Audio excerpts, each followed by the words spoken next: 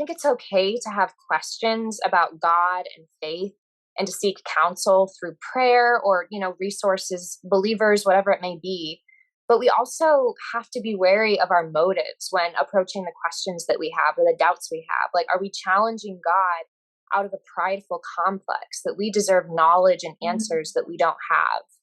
Like, Yeah. God doesn't restrict us from knowledge to reprimand us or to punish us or to withhold joy from us. Like, he wants to protect us because he knows that we couldn't come close to handling the full knowledge and power that governs life itself. Like, that's not for us. Yes. I watched a testimony a few weeks ago of this guy that he's a Christian and he did shrooms. He used to struggle with addiction, like hardcore, like heroin, pain pills, and so the devil still had this in with him where like he Mhm. convinced him that like weed and psychedelics weren't really drugs. So he ended up doing this even though he knew better.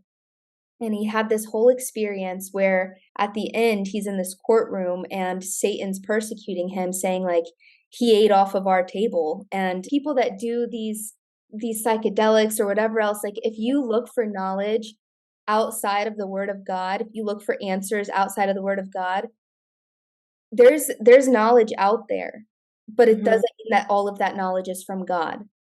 Yeah. And so, like, the knowledge that people get on psychedelics, for instance, or like from atheist perspectives, or for me, I had all these like occultist, like Gnosticism books before I was saved. It's like Mhm. it's knowledge that's out there, but that knowledge isn't from God, and that's the whole idea, I think, of Eve eating the apple and eating the fruit that wasn't from God and separating her from God Yeah. and from truth.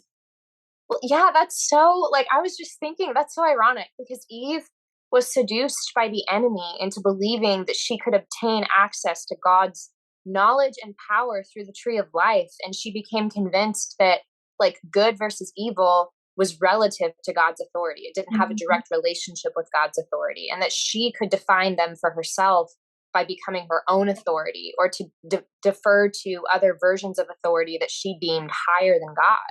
Yeah, and then it was like this seeking of freedom, which I relate to. It's like this seeking of freedom ended up banishing her from the presence of God, and then now it's like in seeking to be right and to know and to have power, you end up just lonely and broken. Absolutely. Yeah.